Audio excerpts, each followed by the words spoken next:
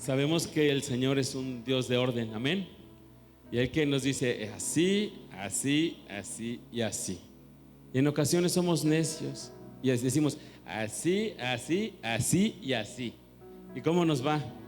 Pues como en feria, ¿eh? Y después, como dice el pastor, como el perro del Chavo del Ocho, vuelve arrepentido y con la cola entre las patas, y con ocasiones hasta con el hocico sangrando, ¿no? Así nos ha pasado a todos. Pero bueno, lo importante es entender realmente que la gracia del Señor y que Dios es un Dios de segundas oportunidades, y Él a todos nos da oportunidades en donde en ocasiones equivocamos el camino, erramos, pero el Señor nos toma de donde venimos y hace cosas maravillosas.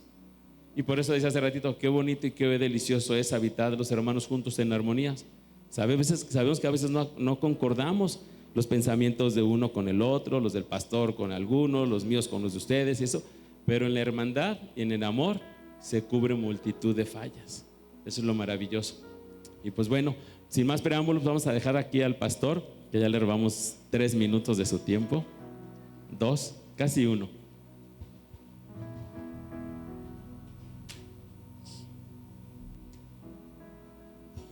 ¿Cómo están, mi Horacio? Feliz día. Feliz día a los papás, señores, feliz día por ser valientes, por hacer las cosas bien, por luchar por sus familias, por sus hogares, por sus hijos.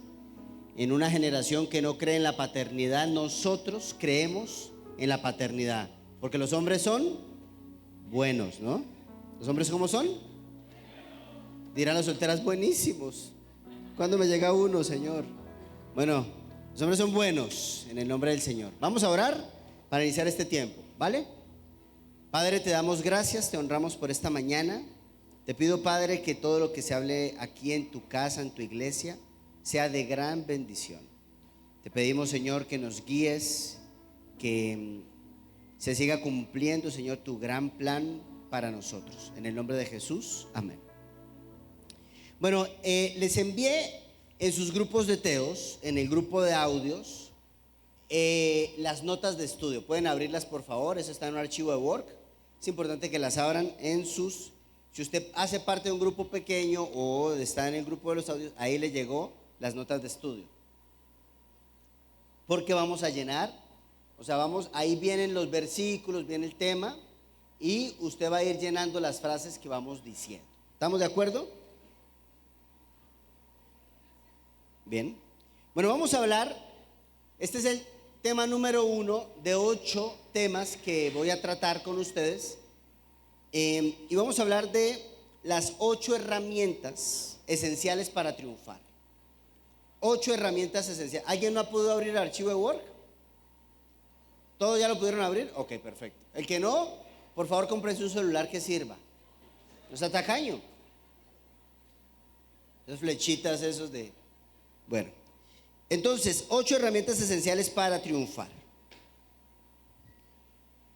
Uno puede ir a una librería e encontrar demasiados títulos y demasiados libros que hablen de la motivación y del crecimiento personal, ¿ok? Y casi todos los libros hablan de lo mismo y dicen casi lo mismo. O sea, dice, si tú tienes determinación, si tú te esfuerzas, si tú haces algo repetidamente durante mucho tiempo, vas a tener el éxito, vas a lograr éxito, y casi todo tiene que ver con una fórmula de cómo triunfar, de cómo tener éxito. Pero la realidad es que en el plan de Dios, el éxito no es un área solamente. El éxito es algo integral, o sea, involucra cada aspecto de tu vida. Y si tú quieres tener éxito en la vida, bíblicamente hablando, o sea, si quieres tener éxito a nivel integral, vas a tener que tener 8 herramientas que la Biblia nos enseña para que puedas triunfar. Y de eso quiero hablarte hoy. Ahora, hoy no voy a hablar del Día del Padre porque vamos a celebrar la próxima semana, entonces hoy quiero hablar de este tema. Acompáñenme, por favor, a sus notas de estudio en Eclesiastés capítulo número 10. Versículo 10, también lo van a proyectar ahí. Eclesiastés 10:10 en la NBI dice: si el hacha pierde su filo, hay que golpear con más fuerza. El éxito radica en la acción sabia y bien ejecutada. ¿En qué radica el éxito? Según la Biblia, en una acción sabia. Entonces, el éxito, tú lo conectas, subraya en tus notas, puedes subrayar: éxito, se necesita acciones sabias. Y de eso quiero hablarte. ¿Qué acciones necesitas para que en verdad crezcas? Ahora, te lo digo con mucha autoridad. Te lo digo no porque yo lo lea en un libro motivacional, te lo digo porque en mi vida es un estilo de vida. Sinceramente, cuando nosotros, y ustedes lo saben bien, yo les he contado, les voy a contar, vivíamos en Puebla, teníamos 7 meses de embarazados con mi esposa, y entonces nos dicen: les vamos a dar la opción de que vayan a abrir ministerio en Guadalajara. Solamente que hay un pequeño problema, me dijeron. Van a tener que dejar el ministerio que tienen en Puebla. Ya aproximadamente éramos unas 100 personas en promedio. Y nos dicen: van a tener que dejar este ministerio acá en Puebla y ustedes van a tener que irse a vivir a Guadalajara. En Guadalajara más o menos hay unas 16 personas, 18. El problema de ese grupo es que los de un lado no se hablan con los del otro lado. O sea, eran 18 personas y estaban todos enojados. Entre ellos estaba Iván, ahí donde ustedes lo ven. Ahí estaba Iván. También estaba Marina en ese tiempo, ¿no, Marina? ¿Te acuerdas qué tiempos tan difíciles? Entonces me dicen: vamos a enviarlo a Guadalajara. Pero el problema es que en ese ministerio solamente 18 personas, habían 4 misioneros y llevaban como 2 años y decían: y no lo logran hacer. Ellos ya renunciaron prácticamente a Guadalajara. Entonces, ¿le entran o no le entran? La verdad es que la lógica, o sea, aquí en la lógica me decía lo siguiente: ¿cómo voy a dejar un ministerio que ya está prosperando, que ya está creciendo, que tiene un grupo ya de 100 personas, ya va en crecimiento, para ir a tomarme Guadalajara? Y yo le puedo decir una cosa: son 2 cosas las que me motivaron a venir. La primera, la voz de Dios. A mí Dios me dijo: tienes que salir de Puebla. Y lo segundo, y tengo que confesarlo, yo no quería que naciera poblano, hay que decir la verdad. O sea, yo tengo que confesarlo, perdón los de Puebla. No, yo me imaginaba que iba a nacer en otra parte, no me imaginaba en Puebla, bueno, lo que sea. Y entonces, esas 2 motivaciones, yo le digo a mi esposa: mi amor, ¿qué dices? Vamos entonces para Guadalajara. Yo sé que Dios nos va a bendecir en Guadalajara. Yo sé que van a pasar cosas grandes en Guadalajara. Y entonces le pregunté a un amigo mío que era pastor y le digo: bueno, contame cómo es el cristianismo en Guadalajara. Y me dice: no, el cristianismo en Guadalajara solamente es del 2% de la población, se considera cristiana. ¿Ok? ¿Qué? O sea, era una cosa todavía más difícil. Había un grupo de 18 personas enojados entre ellos. Iba a vivir a una ciudad que no conocía a nadie y además con un cristianismo por debajo de la media de todo el país. Por cierto, sigue Guadalajara estando por debajo de la media de toda la República. Impresionante. Yo le dije a mi esposa, me dijo: si Dios te dijo que sí, vamos.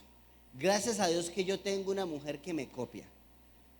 Si no, créeme que no hubiéramos lo que... Bueno, llegamos a Guadalajara y después de todo este recorrido que hemos vivido, ustedes los que nos han acompañado, no solamente estamos hablando de una iglesia que va en crecimiento, estamos hablando de una iglesia que tiene una casa hogar, estamos hablando de una iglesia que tiene un proyecto enfocado a la familia y específicamente el matrimonio.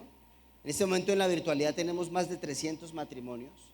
O sea, Dios nos ha permitido construir un proyecto de peregrinaciones a Tierra Santa que se sostiene y que sigue en crecimiento. Dios nos ha permitido dar capacitaciones a empresas. Y les voy a contar algo además. Esta semana el Señor le regaló los recursos financieros a la casa hogar para tener una van para 15 personas, para los niños. Esta semana. Gloria a Dios.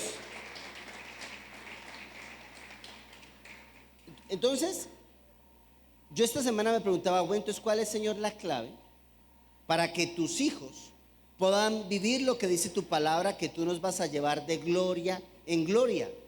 Porque no es antinatural ir, o sea, el río siempre va en una dirección, ¿ok? El sol siempre apunta a la misma dirección, o sea, la luz siempre apunta a la misma dirección. Es natural que un hijo de Dios tenga una dirección, tenga un camino bien hecho y bien determinado. Y por eso es que la Biblia dice, si el hacha pierde su filo, hay que golpear con más fuerza. Y yo veo personas que están trabajando muy duro, pero con poca sabiduría. Personas que están tratando de construir lo que sea en la vida, una familia, un proyecto financiero, lo que usted quiera pensar, y trabajan duro, duro, duro, inclusive trabajan más duro que yo, porque la gente cree que yo trabajo muy duro. Yo no trabajo duro, yo trabajo inteligente. Tengo un programa, digamos, de trabajo personal, donde me levanto 1 hora, me acuerdo. Yo duermo entre 7 horas al día en promedio. Yo duermo bien, yo como bien, se nota, ¿me entiende?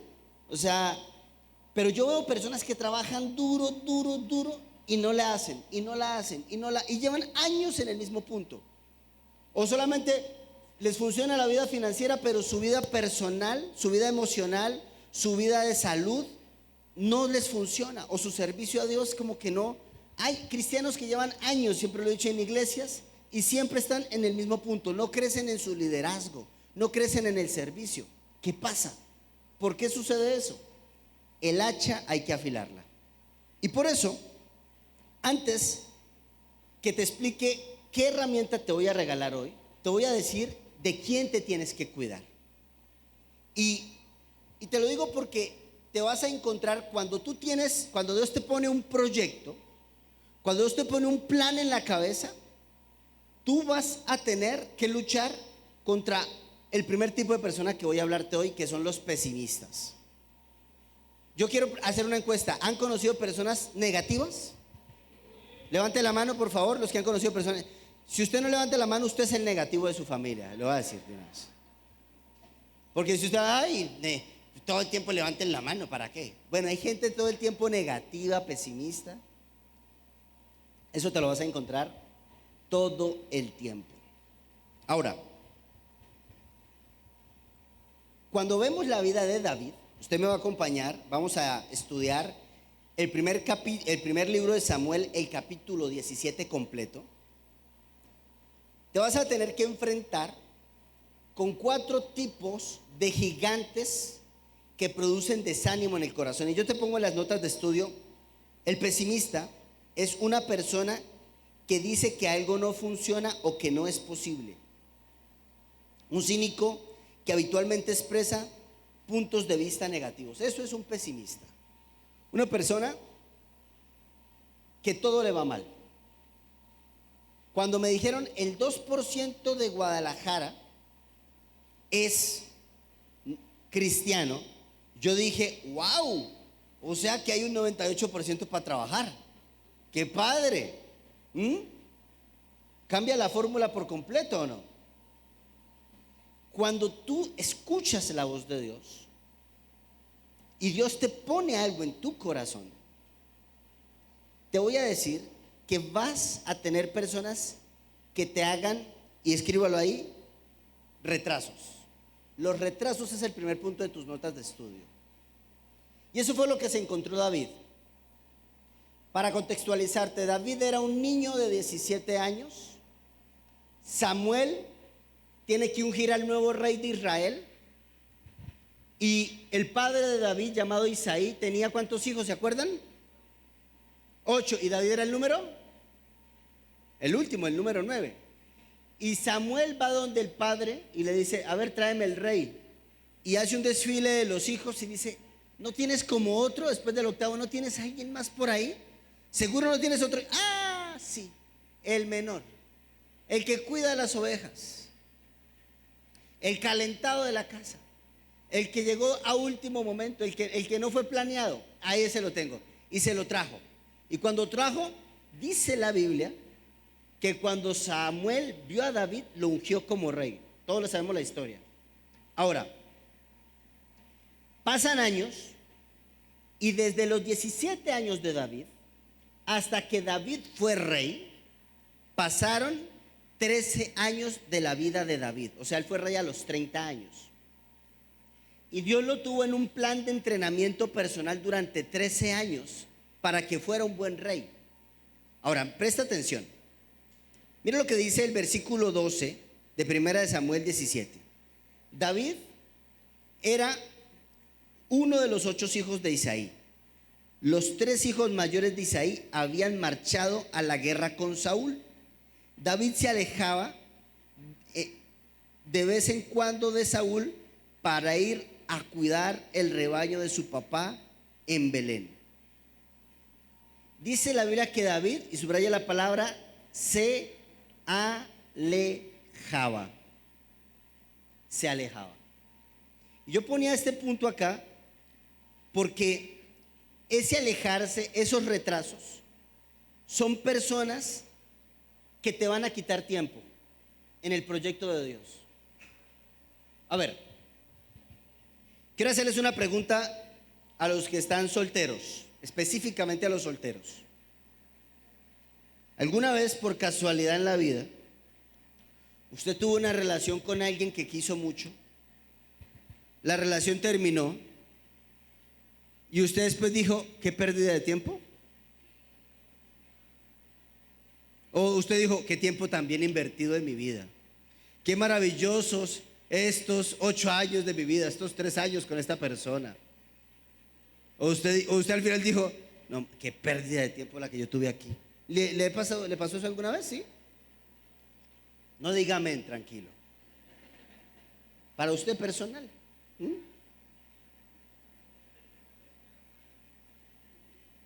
Sebastián, ¿cuántos años llevas de noviazgo? Ustedes sabían que Sebastián, oye, les voy a contar un secreto público acá. Sebastián es el novio eterno. ¿Cuántos años llevas de noviazgo? O sea, de verdad, dilo. ¿20 años de novio? Tiene 20 años con la novia. Nunca había yo conocido una persona que tuviera 20 años. O sea, ese no va a tener hijos, va a tener nietos. Espíritu Santo de Dios. Bueno, ese no es el tema, pero me hizo acordar lo de los retrasos. Entonces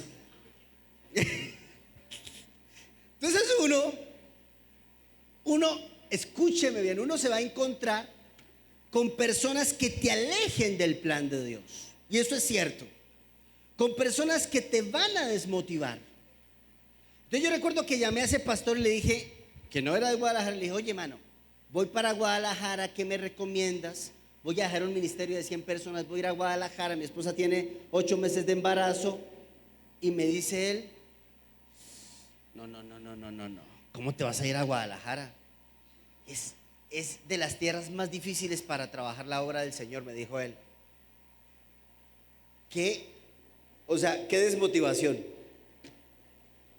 Pero cuando tú aprendes a tener mentalidad de bendecido, tú sabes apagar las voces que no te ayudan.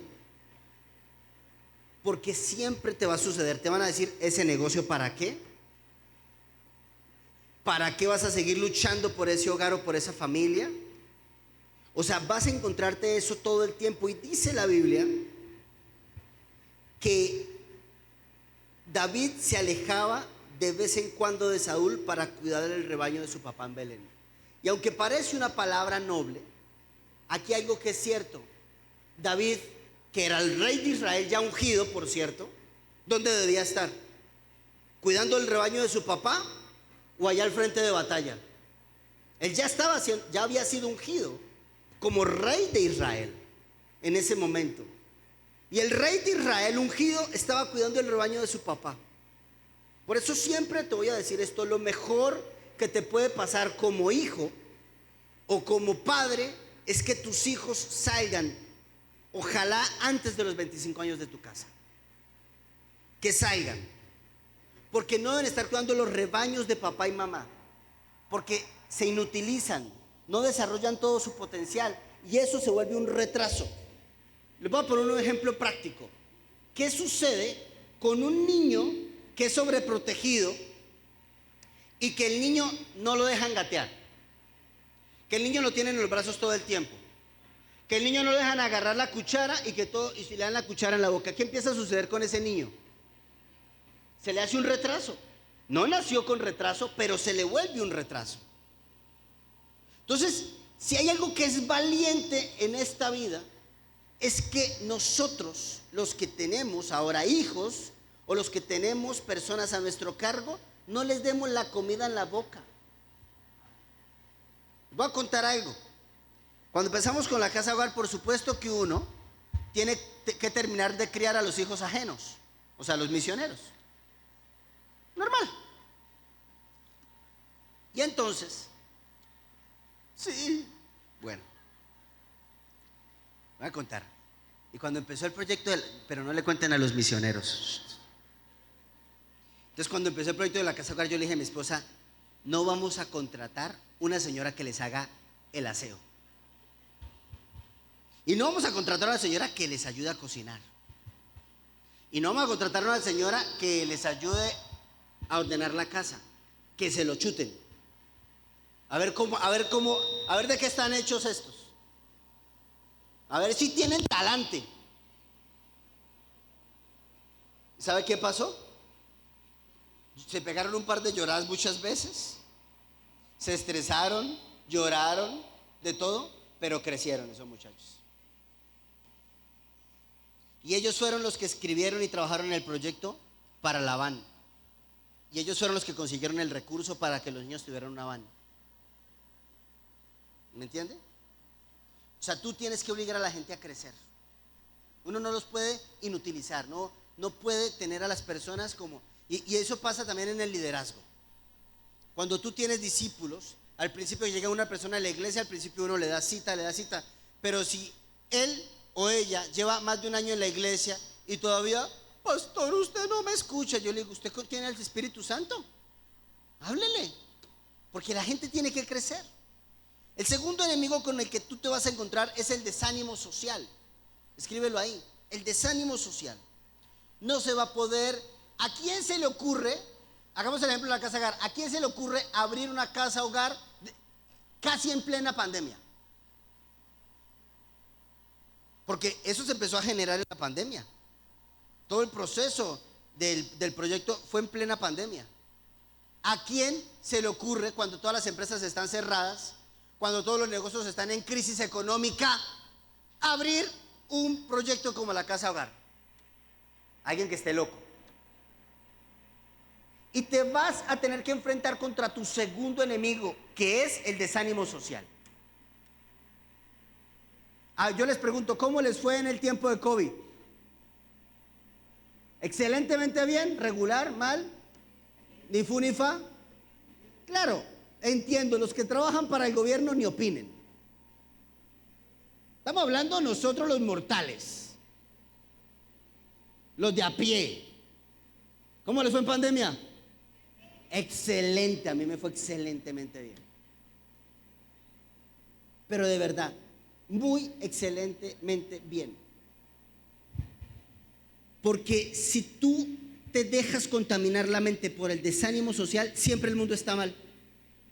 Mira, les voy a decir unas cosas, jóvenes menores de 25. O sea, los que tienen de 26 para arriba, acuérdense que son adultos. ¿Jóvenes? ¿Se puede decir? ¿Adultos mayores? No. Bueno, adultos, ya son adultos. A usted le van a decir esto, siempre.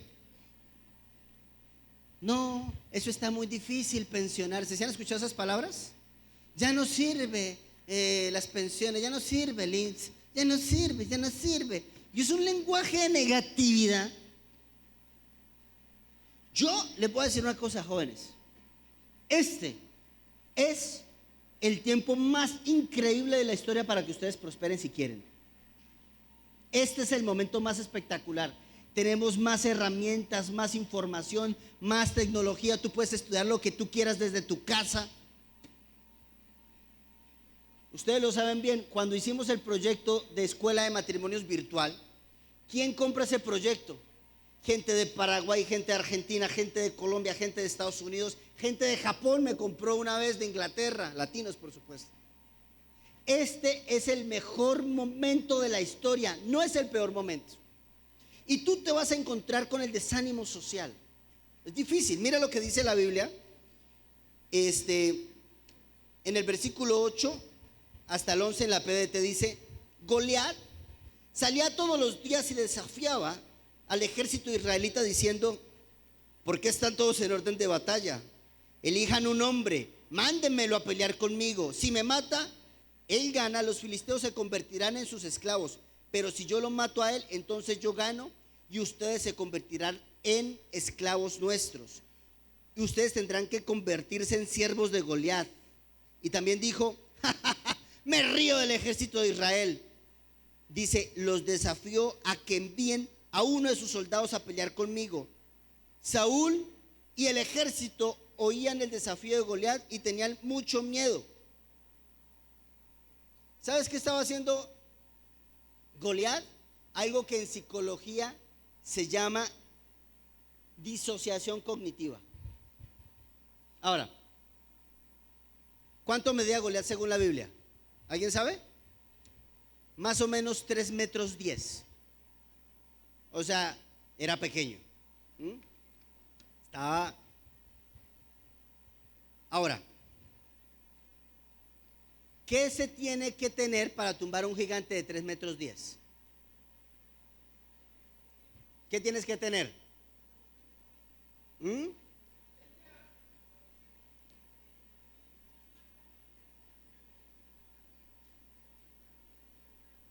Escucha lo que te voy a decir. Fe. Porque si el gigante que tú tienes que derrotar, cualquiera que se llame, empezando por la suegra, tú lo puedes derrotar en tus fuerzas, no necesitas fe. Pero si el gigante que tú tienes es mucho, de verdad muy grande, y no puedes hacerlo en tus fuerzas, Dios y tú son mayoría. Y eso lo entendió David. Dios y yo somos mayoría. Entonces la gran dificultad es que el pueblo de Israel, con Saúl como rey, decidió escuchar las tonterías de Goliat. Y de un día, 2 días, 3 días, 40 días terapeando lo que no eran capaces, se la creyeron. ¿De cuántas cosas tú has pensado que no vas a ser capaz? ¿A quién vas a escuchar? Ahora, el problema no es si escuchas a la gente. El problema es cuando uno se escucha a uno mismo y uno dice: híjole, yo no voy a lograr esto. Esto va a estar muy difícil. Ese es el problema. Versículo 16: Goliat salía mañana y tarde para desafiar al ejército israelita, y así estuvo burlándose de ellos por 40 días. Por 40 días.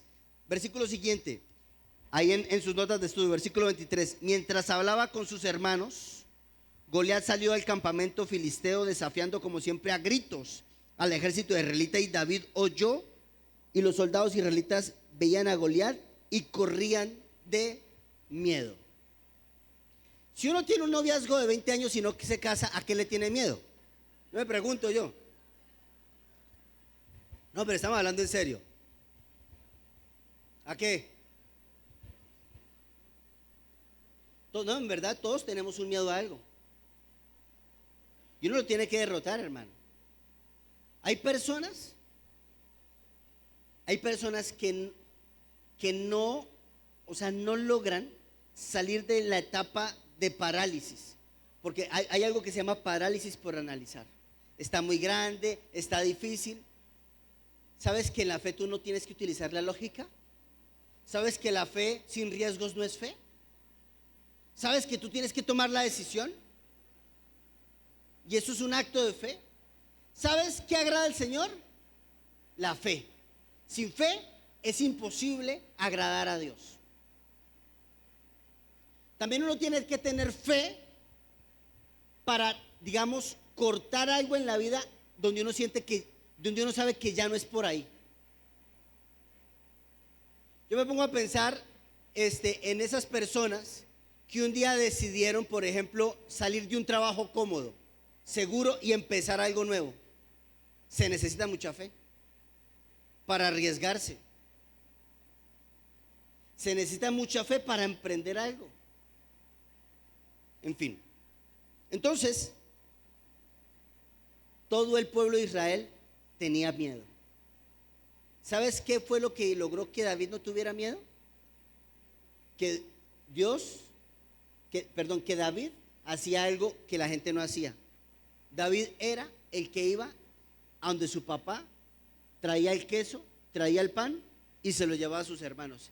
Y haber hecho ese trabajo de servir a sus hermanos fue el que le protegió la mente de no escuchar a ese gigante. El tercer gigante con el que tú te vas a tener que encontrar es la barrera de la desaprobación. Escúchame esto.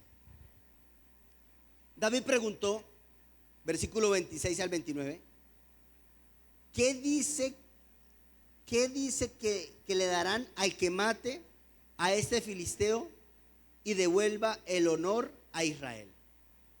A ver, yo le hago una pregunta. ¿Cómo ven esa pregunta? ¿Qué le importaba más a David en esa pregunta? ¿La recompensa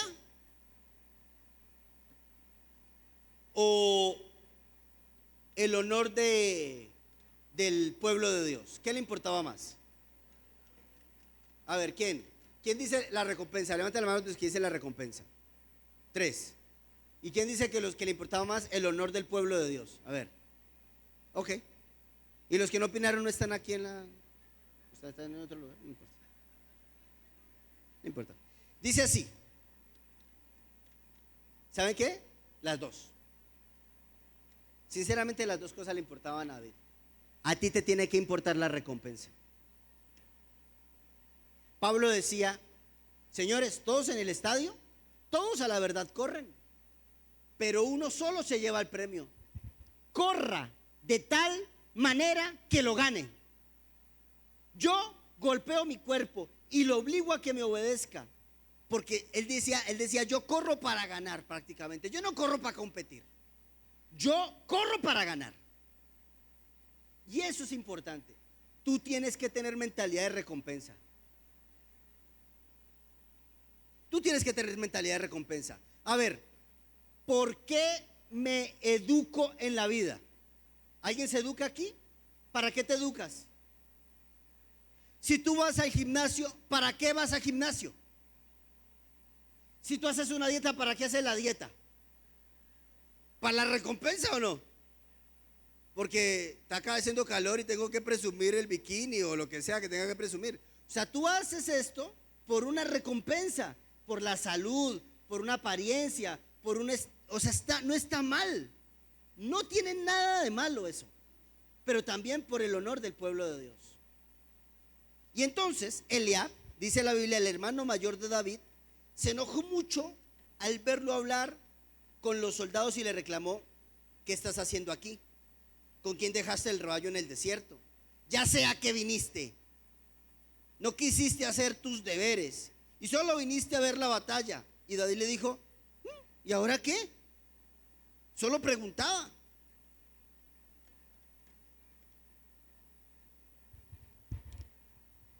Escucha lo que te voy a decir. Cuando tú tienes fe, o sea, cuando tú vas a hacer algo que nadie ha hecho o que pocos han logrado, y tú lo cuentas a las personas van a ver eso como que tú eres presuntuoso, como que tú eres orgulloso, como que a ti te gusta presumir. Así lo van a ver. Mira,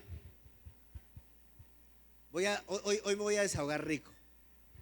Cuando estábamos en Israel, estábamos con Hernán, estábamos con María, Rebeca, Sergio, bueno, los que estábamos con Israel, en Israel, éramos un grupo de ¿cuántas personas entre los dos camiones? 100, ciento y tanto. ¿Y cuántos éramos nuestro grupo? O sea, el que iba conmigo. ¿La mitad? ¿Unos 50? Unos 50. Quedado. Y entonces mis discípulos, o sea, los que iban conmigo, me decían: pastor, ¿y usted cuándo va a predicar? Y yo: tranquilo.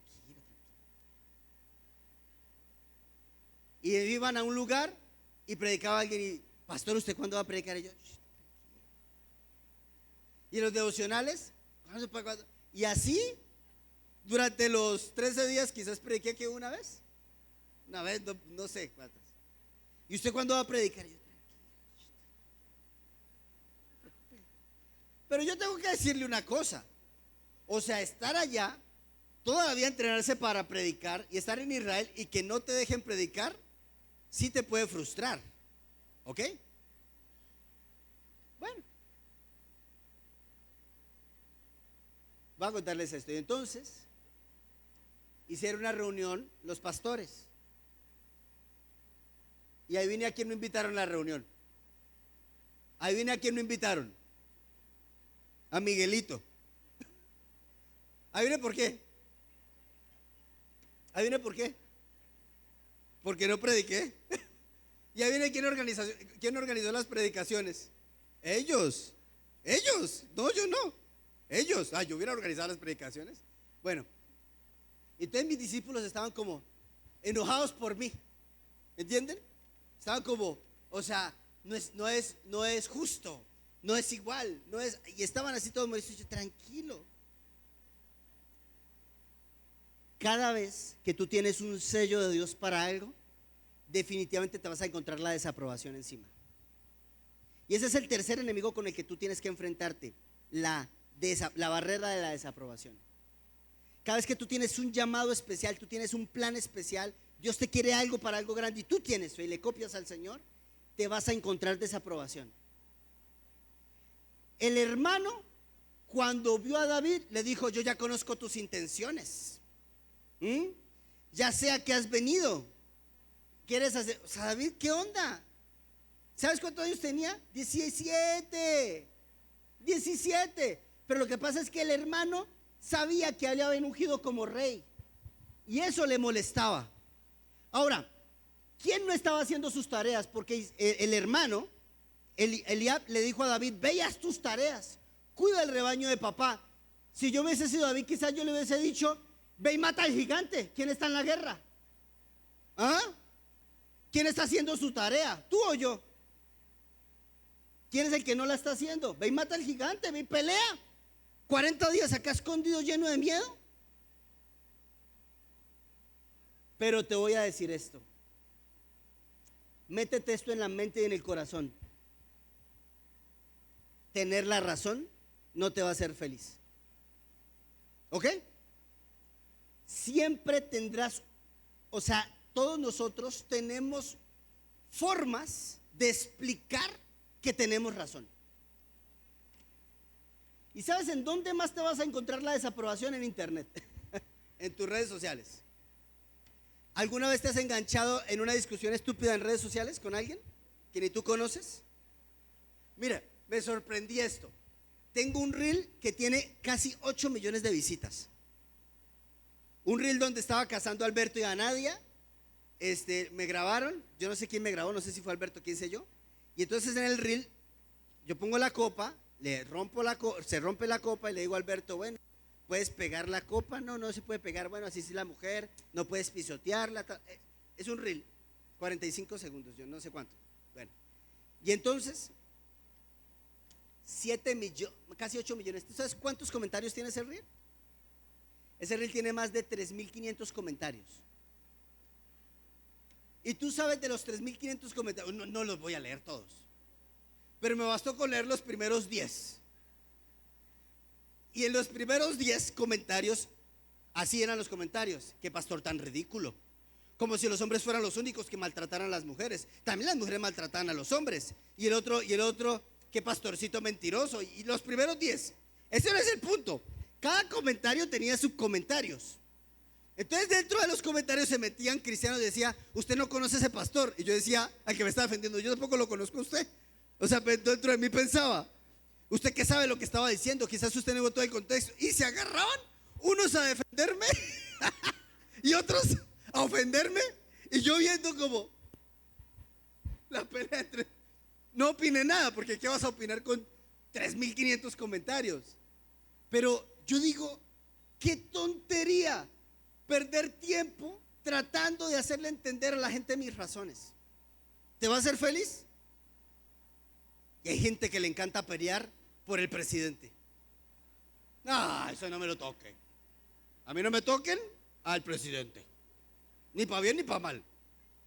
Hay gente que le encanta pelear por ese Atlas. Dios mío, Señor Jesucristo. Bueno, amén. ¿Se qué haces peleando por cosas que no tienen, ni por ti peleas? Entonces, claro, yo estaba en Israel y mis discípulos, pero ¿por qué no lo dejan? Tranquilo.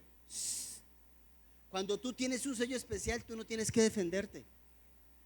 Y eso fue lo que hizo David. David lo único que dijo fue: ¿y ahora qué? Yo solamente pregunté. Pum, se acabó la conversación, no va más.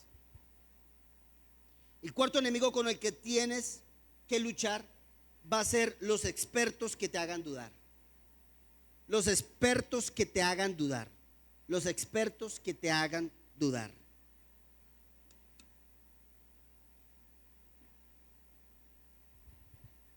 No se preocupen por este filisteo. Le dijo David a Saúl: yo iré a pelear contra él. No seas ridículo, respondió Saúl. No hay forma de que puedas pelear contra ese filisteo y ganarle. Eres solo un muchacho. Y él ha sido un hombre de guerra desde su juventud. Versículos 23 al 33. Escucha esto. ¿Quién era experto en guerra? ¿Saúl o David? Saúl, por supuesto. Esto me hizo acordar. Mi hijo iba a nacer en el hospital de Soquipan. No nació ahí por muchas razones, pero bueno, iba a nacer. Entonces, como mi hijo iba a nacer en el hospital de Soquipan, tuvimos un contacto ahí, una relación con alguien. Y yo nunca olvidaré que yo llevé una propuesta al hospital de Soquipan para darle capacitación a toda la parte de los médicos y enfermeros sobre cómo ayudar a las personas que venían con crisis emocionales, enfocado a la familia y en sus propias familias. O sea, mi capacitación era para ellos y sus familias, básicamente, para la problemática que vivían dentro del hospital, porque alguien me contó, no sé si sea chisme o no, que en la rama de la medicina hay mucha promiscuidad y mucho adulterio. No sé qué tan cierto sea. Yo todos los médicos que conozco son fieles y bueno, lo que sea. Bueno, en fin, eso me contaron a mí. Entonces yo dije, yo quiero hacer una capacitación, es verdad, para ayudar a los médicos, a los enfermeros a cuidar a sus familias. Yo hice la propuesta, lo escribí y todo eso, y pasé la propuesta y me llama el director de recursos humanos. Entonces me pregunta tres cosas, no voy a olvidar las tres cosas que me preguntó. Me dijo: primero, ¿a qué tipo de familia te refieres? Esa pregunta fue yugular y a la cabeza. Entonces yo le dije: pues a las familias tradicionales. Ayudar a las mamás, cabezas de familia con sus hijos, a los padres, cabezas de familia con sus hijos, y a las familias heterosexuales. Así fue mi respuesta. Estoy hablando de hace 10 años, 8 años. La segunda pregunta que me dijo fue: ¿y tú qué profesión tienes? Cuando me hizo esa pregunta, la verdad, yo me sentí mal. Porque yo le iba a decir: yo soy ingeniero agroindustrial. O sea, ¿qué tiene que ver tú sembrar semillas con...? Bueno, entonces yo le dije: no, la verdad es que yo trabajo en capacitaciones. Ya le dije un chorro ahí. Y lo tercero que me dijo fue: ¿y tú cuántos años tienes? Entonces, en ese tiempo, pues yo tendría unos 28, no, unos 30 años. 30. Te me veo muy... O sea, no cumplía ningún perfil. ¿Sabes qué me dijo? Bye. Y yo me fui tan ardido, honestamente. O sea, yo no salí diciendo: gracias, Señor, todo para tu gloria. Te amo, Señor, a pesar de esto. No, yo salí con esa molestia de como te pisaron el ego, algo así, te metieron el dedo en la llaga. Lo que ellos no saben es que esta iglesia, nosotros hemos tratado y salvado y rescatado más hogares que ese hospital. Porque tú no puedes escuchar a los expertos. El experto te va a decir: te vas a morir. El experto te va a decir, no tienes la edad. El experto te va a decir, no es tu perfil. David era un niño, no era alto. Saúl era un hombre gigante versus David. Los expertos te van a calificar de afuera, pero Dios conoce tu corazón. Y yo te digo esto, yo conozco muchos psicólogos que no saben dar una terapia, hermano. No saben dar una terapia. Y conozco muchos hombres de Dios y mujeres de Dios que aman al Señor y saben escuchar más y son más asertivos que un terapeuta o que un psicólogo. ¿Sabes por qué? Porque Dios utiliza tu llamado. Como me encanta la palabra amateur. ¿Sabes qué significa? Que ama lo que hace, que está empezando y ama lo que hace. Que siempre seamos de las personas que amemos lo que hacemos. Ustedes saben bien, iglesia, yo estoy aquí delante de ustedes porque los amo. Porque los amo. Pero ustedes saben bien, iglesia, que la iglesia a mí no me paga un sueldo. Yo gano mis recursos de las capacitaciones, de seminarios, de los viajes que hacemos a la tierra, de otras fuentes, de los retiros, de la escuela de matrimonio virtual. Tenemos otras fuentes de ingresos con mi esposa. Esta no.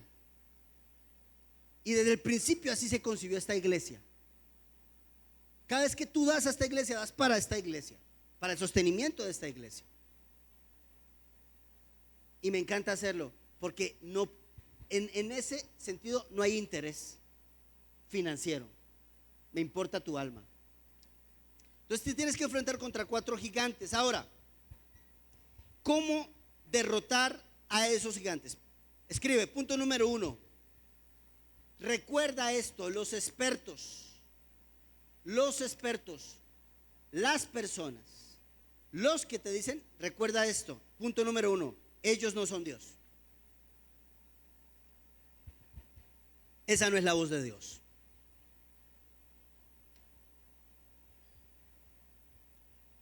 Es que no tiene sentido. ¿Qué hacía Noé construyendo un arca? Nunca había existido la lluvia. Y segundo, no era carpintero. Y jamás en el arca hubo timón. La única arca sin timón. Un arca a la deriva. ¿Me entienden?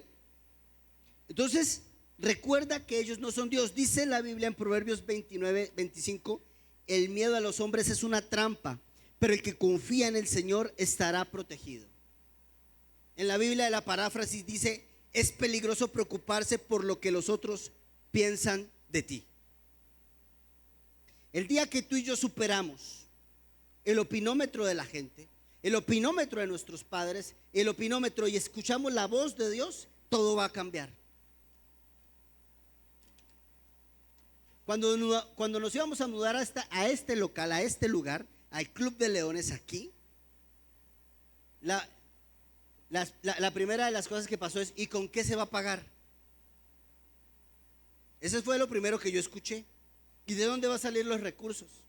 ¿Y qué vamos a hacer? Igual con la casa hogar y todo lo que se ha hecho, casi siempre ha sido así. Recuerda esto: la opinión de Dios es más importante. Nunca nadie sabrá el tamaño de tu Dios. Solamente tú lo vas a saber.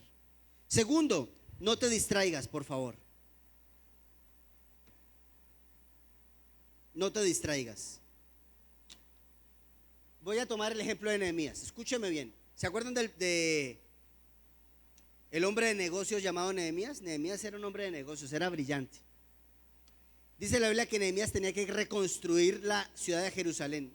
Dice la Biblia que Sanbalat y muchos de esos enemigos lo intentaron distraer muchas veces, mandar cartas, y después que no pudieron hacer todo lo que quisieron hacer, dice que le mandaron una carta donde le dijeron: te invitamos a un café. Bueno, no dice un café, pero te invitamos a platicar. Te invitamos a que te pongas de acuerdo con nosotros.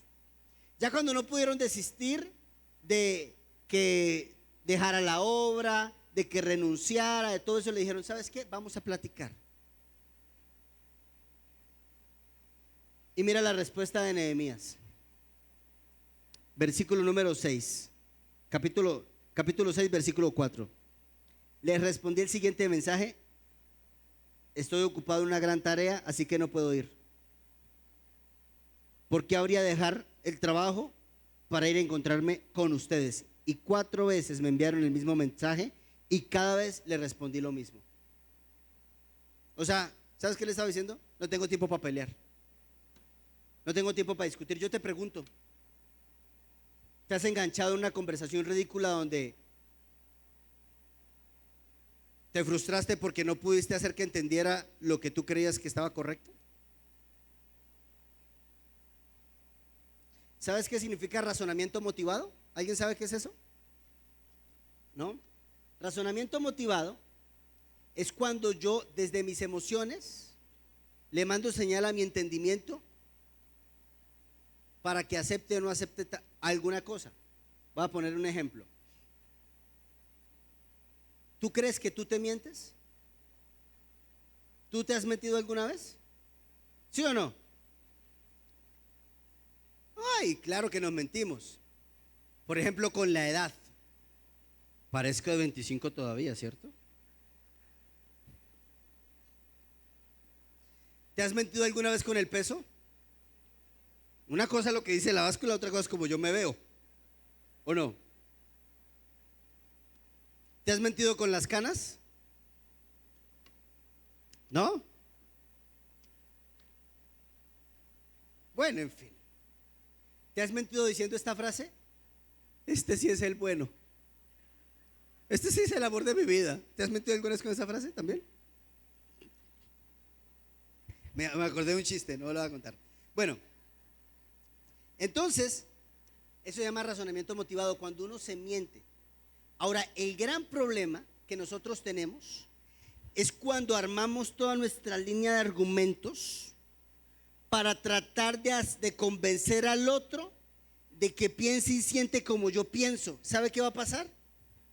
Vas a ser cada día más infeliz. No lo hagas. Y eso fue lo que Nehemías evitó. Él dijo: yo no me voy a distraer. No me voy a distraer. O sea, les voy a dar un ejemplo, señores matrimonios, los que están casados. Cuando peleen por cosas ridículas como que, no sé, cosas tan tontas como el orden, o cosas tan tontas como yo tengo frío y él tiene calor, o cosas tan tontas como es que yo soy puntual y ella es impuntual, o cosas tan tontas como es que yo soy social y ella es bien antisocial, o cosas tan ridículas como yo quiero que él ore como yo oro, o él crea en Dios como yo creo en Dios, y así sucesivamente por todas las cosas ridículas. Cuando tú peleas por eso, según la Biblia, eres un terco. Mira lo que dice Proverbios 11:12. El torpe habla mal de sus semejantes. Ah, mira, la Biblia le llama torpe. El inteligente sabe cuándo callar. Si tú sabes que no va para ningún lado esa discusión, ¿para qué discutes? ¿Tiene sentido? Pero a pesar de esto te amo. Eso cambia todo. Por eso el tercer punto de esto es: nunca contraataques. Nunca contraataques. Porque no hay nada más sabroso que ganar una discusión, ¿cierto? ¿En dónde nos gusta? En el ego. No hay nada más sabroso. ¿Saben cuál es la palabra favorita de la mayoría de los matrimonios? ¿Ves? Ahora, cuando uno ya ha venido a la iglesia mucho tiempo y uno dice: no voy a utilizar, te lo dije, uno hace esto. O sea, lo mismo te lo dije, pero en fin. Nunca contraataques. Primera de Pedro 2:23. Cuando insultaban a Cristo, él no respondía con insultos. Cuando sufría, no respondía con amenazas. Él dejó todo en las manos de Dios, quien siempre juzga con justicia. No vas a tratar de convencer a tu familia de tu fe. Si tú eres cristiano y empezaste a vivir este camino de Cristo, no vas a tratar de convencer a tu familia de que crean que lo que estás haciendo aquí está bien. Porque si tú llegas a tu casa con tu mamá o con quien te juzga por tu fe y tú le dices, ¿pero qué? No estoy robando, no estoy matando, estoy orando, mi vida ha cambiado, ¿no lo ven? Estoy haciendo las cosas bien. ¿Sabes qué va a pasar? Vas a ser infeliz. ¿O me equivoco? Entonces, dice la Biblia que cuando criticaban, insultaban a Cristo, ¿él qué hacía? No respondía y se lo entregaba todo en las manos de Dios. Cuarto regalo que te quiero dar: enfócate en Dios y su palabra. Y con eso quiero terminar. David, dice 1 Samuel 36, David ahora se encontraba en gran peligro, porque todos sus hombres estaban muy resentidos por haber perdido a sus hijos e hijas, y comenzaron a hablar de apedrearlo, y David encontró fuerzas en el Señor su Dios. ¿Me puedes poner un video que te mandé, Caín, por favor? ¿Sabían que Caín es el George Clooney de la iglesia? Espérate para que pongas. ¿Ustedes saben que Caín es el George Clooney de la iglesia? ¿Ahí ustedes lo ven? ¿Se lo estoy ofreciendo? Quiero que hagamos el video. Escucha. Los ciervos, o sea, estos animalitos, en realidad su cuerpo no debería ser esto. O sea, esto que van a ver no tiene sentido alguno desde el punto de vista de la física y de la ciencia. Lo que pasa es que ellos no han leído los libros de la física. Y lo que pasa es que ellos no han tenido un Goliat que le digan, no van a poder. Pero ustedes van a ver un video donde van a ver unos ciervos en una represa que es vertical completamente. Y no, está impresionante esto. Y cuando David, siendo un niño de 17 años, a los 18 años, él veía a estos animalitos, porque en Israel uno ve mucho. ¿Se acuerdan cuando fuimos a Israel, de pronto vimos ahí en el desierto? Cuando él veía a esos animales, él decía, ajá, nadie le dijo a ellos que no pueden hacerlo y lo hacen. Y entonces él escribió el famoso Salmo 18, que dice así: Dios hace mis pies como de ciervos, para estar firme sobre mis alturas. Él es el que adiestra mis manos para la batalla, para entrazar mis huesos, mis brazos con el arco de bronce. Me diste a sí mismo escudo de salvación. Tú me sustentas. Tu benignidad está conmigo, Señor. Este versículo es espectacular. Miren esto, por favor. Miren estos corderos, estos siervos.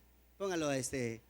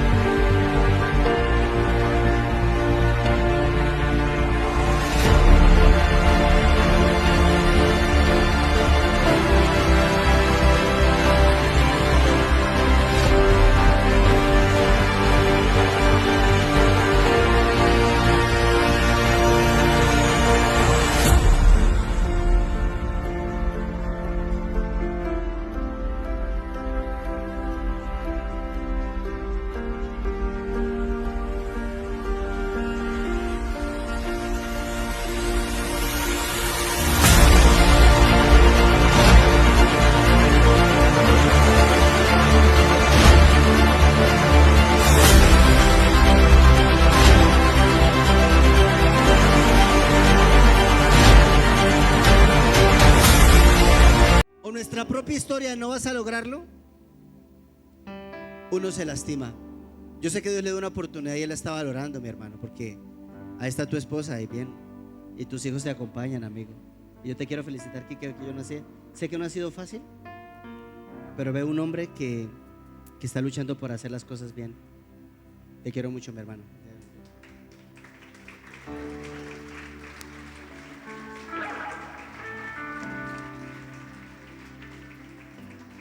El Señor está de mi parte, por tanto no temeré.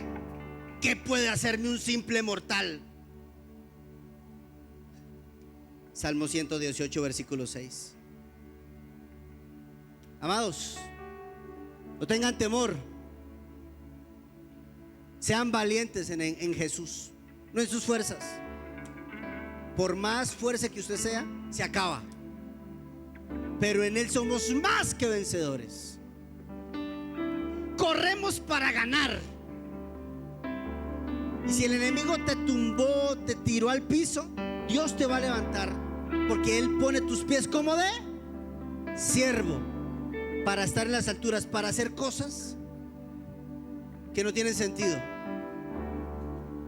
porque es el Señor. 1 año tiene la casa, mi hermano, con los niños. Y usted va a esa casa y parece una casa que tuviera 10 años de trabajo. Es Dios. Es Dios, hermano. Quiero invitarte a que no te rindas. Dale un aplauso a Dios porque Él es bueno.